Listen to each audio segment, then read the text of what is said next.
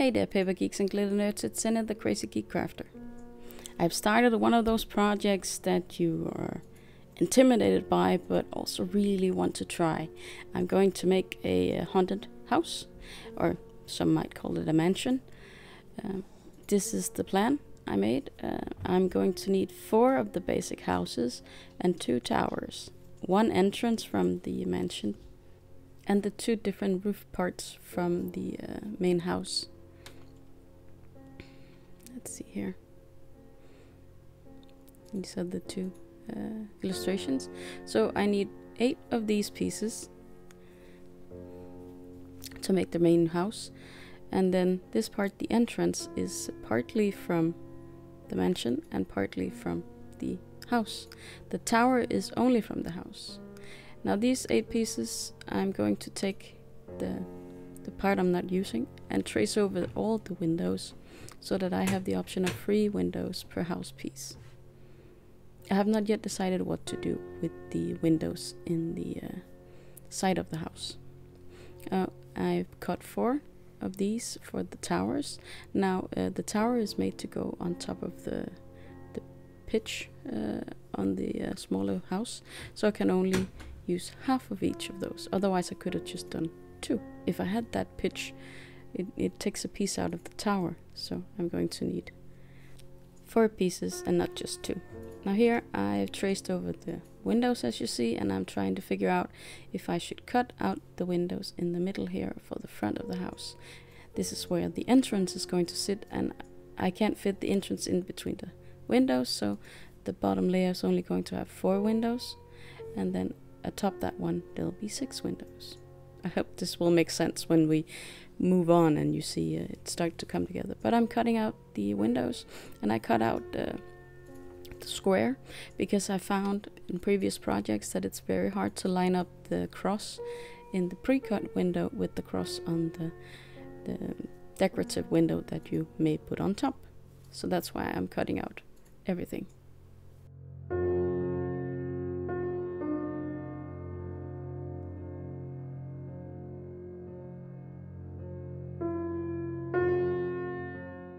Since I'm elongating the house, I'm cutting out one of the side panels and keeping the other. I'm going to need to do this for 4 pieces.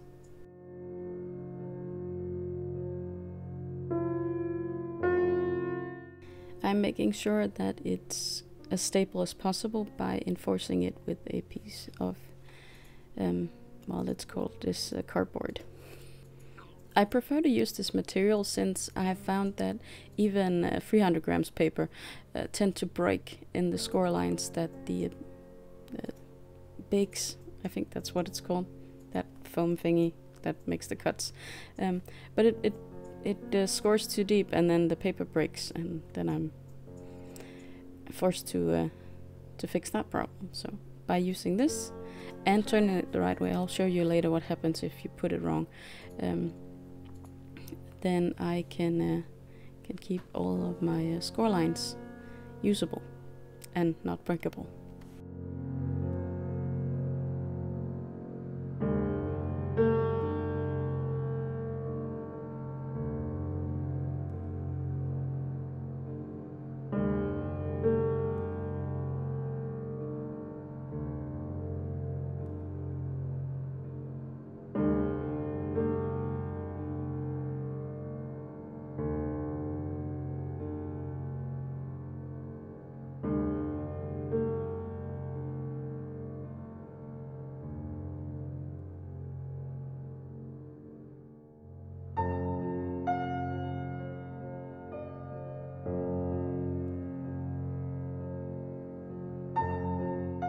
Now I did manage to make a boo-boo. This is what happens if you cut it with the wrong side facing. Now one is intact and the other one is breaking. Now this one, I put that one with the paper layer down instead of the what to call it, plastic, the outside. So I'm reinforcing the bends with paper and glue, and that will keep them intact for when I go to put this together. But I could have avoided doing it if I had turned the paper the same side out every time. But you learn something new every time you craft, right?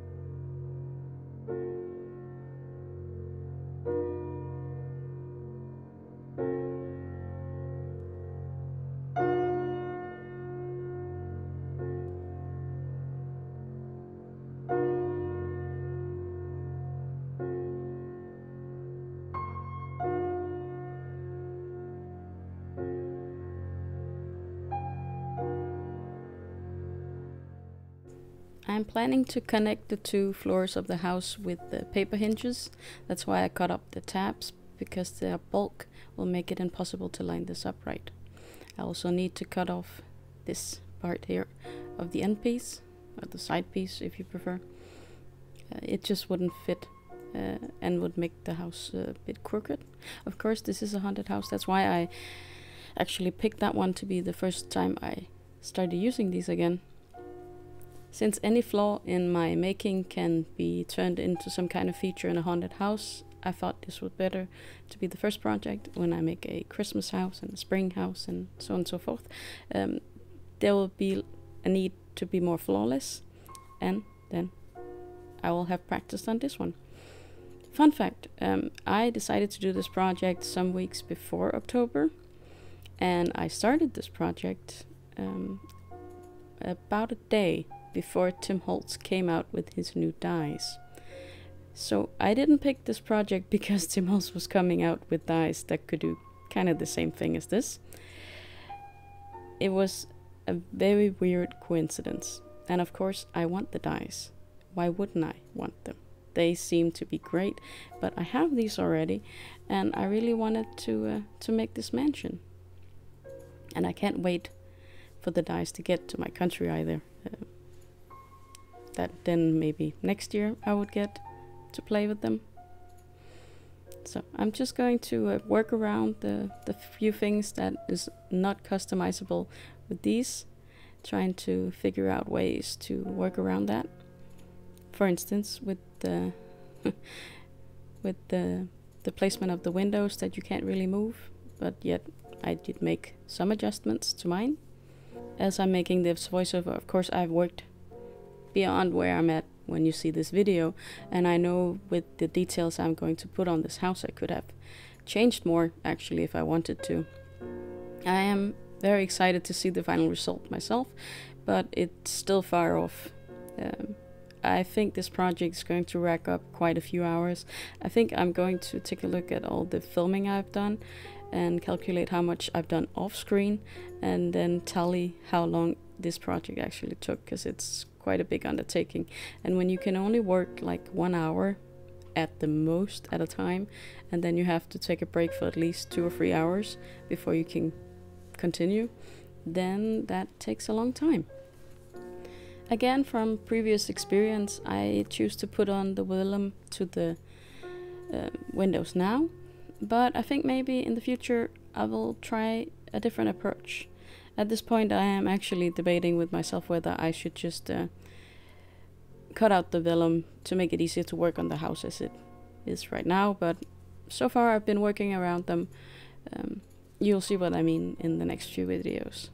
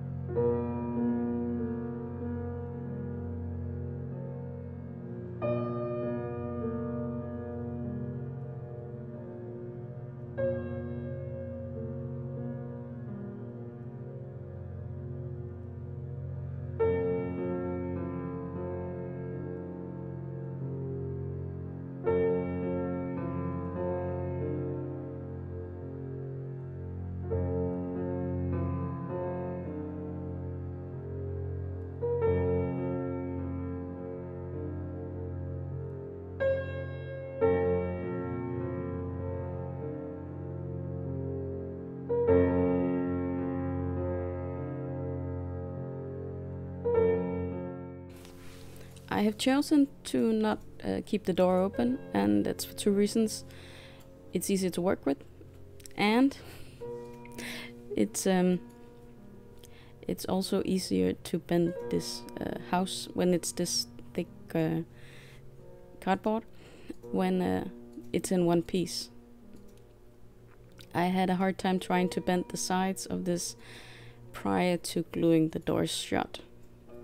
So it's part convenience and partly because maybe I'm going to put some wooden planks on the door so that no one can enter this haunted house. I'm also going to put paper on the inside of the roof. I have not yet decided which way I'm going to turn it, if it'll be peek out or peek in. And if it's peek in, of course I have to cut down the roof. That's obvious. But I haven't decided yet, but no matter what, you're going to see the inside of it. And therefore, I'm gluing a piece of paper to hide it.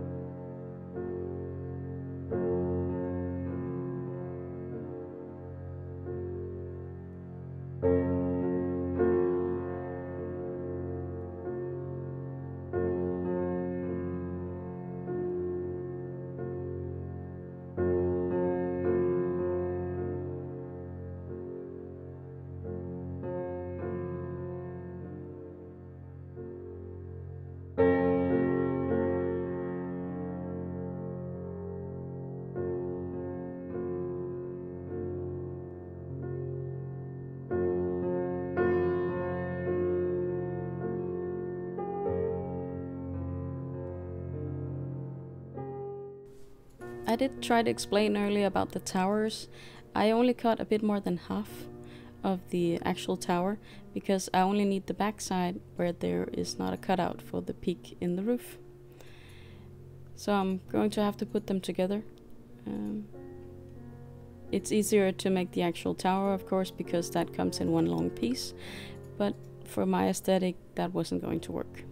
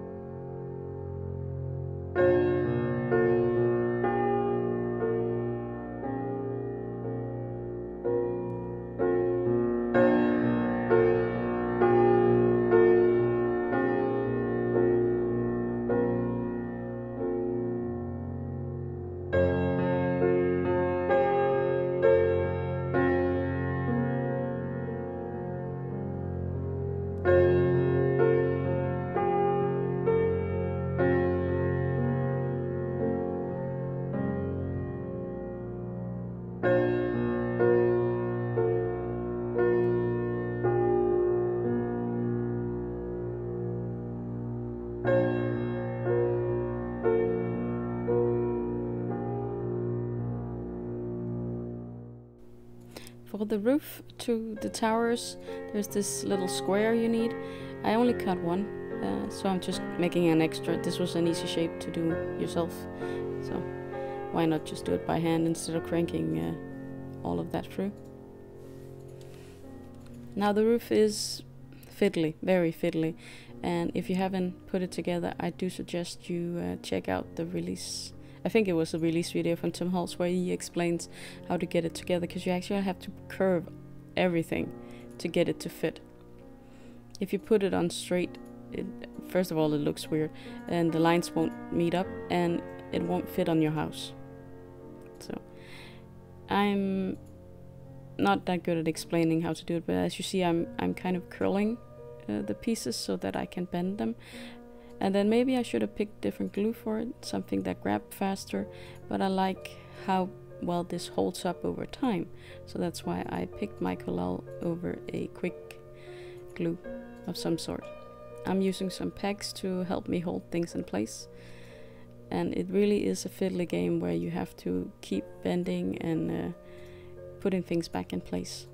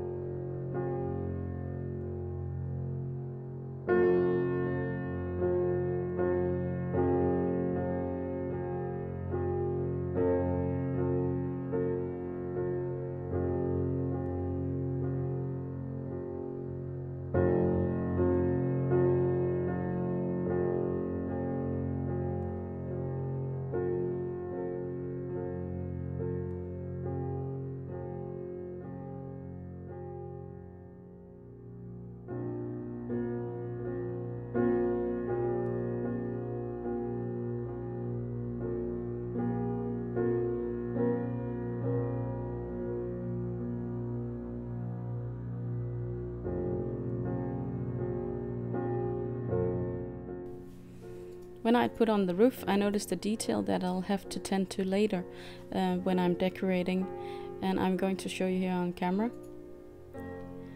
See, there's a gap, and it's on all four sides actually. I don't know if it's my assembly that's very bad, or if it's just the way it ends up. But I put it in mind that I have to fix this at a later point. I am still waiting on a few supplies for that, but hopefully they'll be here within a few days.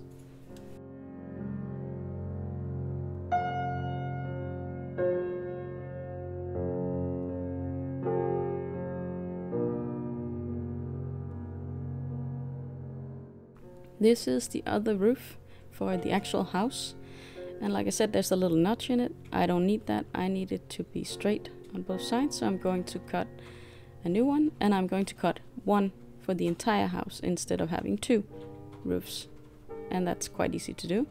See here, I just measure using this piece, and I'm going to save it for when I do another projects, then I don't have to cut a new template for making roofs. I tend to actually not use the peak on the house at all. I don't like it. I can't explain why. I just don't. So I just have to make the score line now, and of course nothing lines up on my scoreboard, but I make it work because you have to. And I score it on both sides to make it easier to bend. Now the question is, maybe I should put white paper on the inside of this too, because you will be able to look up under the roof in some parts. I have to try and remember that when I go crafting tomorrow.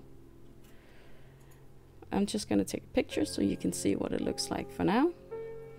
Nothing is really assembled yet, but this is the base we're starting off with. Now I hope you'll be back next week, where there'll be at least one new video about this mansion, and I have no clue when it'll be finished, hopefully before Halloween. I hope you enjoyed this video and that you'll be back for more. Until next time, I hope you'll be having a good day, evening or night.